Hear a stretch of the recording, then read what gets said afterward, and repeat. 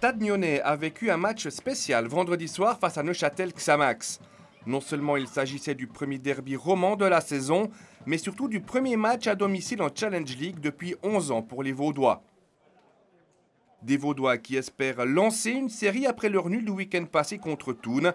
En face, les Neuchâtelois sont eux aussi en confiance après leur succès 3-0 contre Chafouz.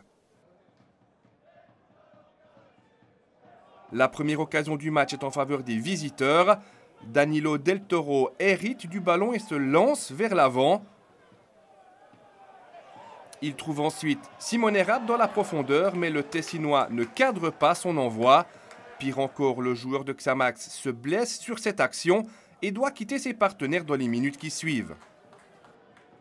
Simone Rapp est remplacé par Soumaïla Bakayoko qui va passer tout près de l'ouverture du score juste avant la pause.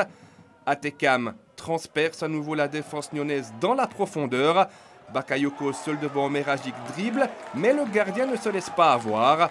0-0 à la pause, les stadistes s'en sortent bien. Xamax a manqué le coche. Surtout que le premier but va tomber en début de deuxième mi-temps. Les Vaudois montent à l'offensive avec Elias Pache. Il s'appuie sur un partenaire et se retrouve ensuite devant Guy Varche qui plonge.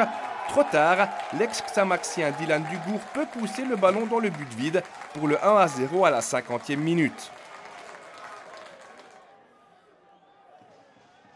Xamax va ensuite pousser pour tenter d'égaliser et les joueurs d'Ouliforte vont être récompensés dans les arrêts de jeu. Sur un dernier long ballon, l'ex-Yverdonnois Jesse Autier doit s'y reprendre à 2 fois, mais parvient à égaliser dans les toutes dernières secondes. Xamax obtient un point miraculeux mais mérité, alors que les Nyonnais peuvent avoir un goût amer dans la bouche.